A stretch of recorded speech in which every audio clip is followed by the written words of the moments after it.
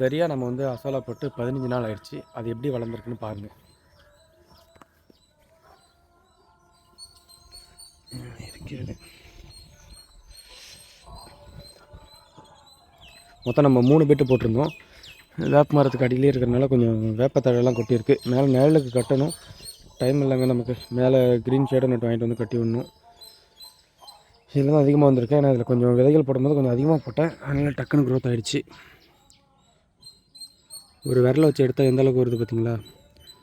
இப்படி இருக்கணும், நெருக்கமாக இந்த அளவுக்கு இருந்தது அப்படின்னா நல்ல குவாலிட்டியான அசோலா விதை இப்படி தான் இருக்கும்.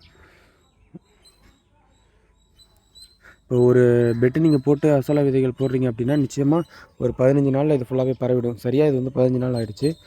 ஒரு 1/2 கிலோ அளவுக்கு டெய்லி நீங்கள் எடுத்து கோழிகளுக்கோ இல்லை ஆடு மாடுகளுக்கோ கொடுக்க ஆரம்பிச்சிடலாம். உங்களுக்கும் இந்த மாதிரி அசோலா விதைகள் குவாலிட்டியாக வேணும் அப்படின்னா ஸ்க்ரீனில் தெரிகிற அந்த நம்பருக்கு காலையில் மெசேஜ் பண்ணுங்கள். ஓவரால் இந்தியா ஃபுல்லாக கொரியரில் அனுப்பிச்சி விட்டுட்ருக்கேன். உங்களுக்கும் சென்ட் பண்ணுறேன். நன்றி.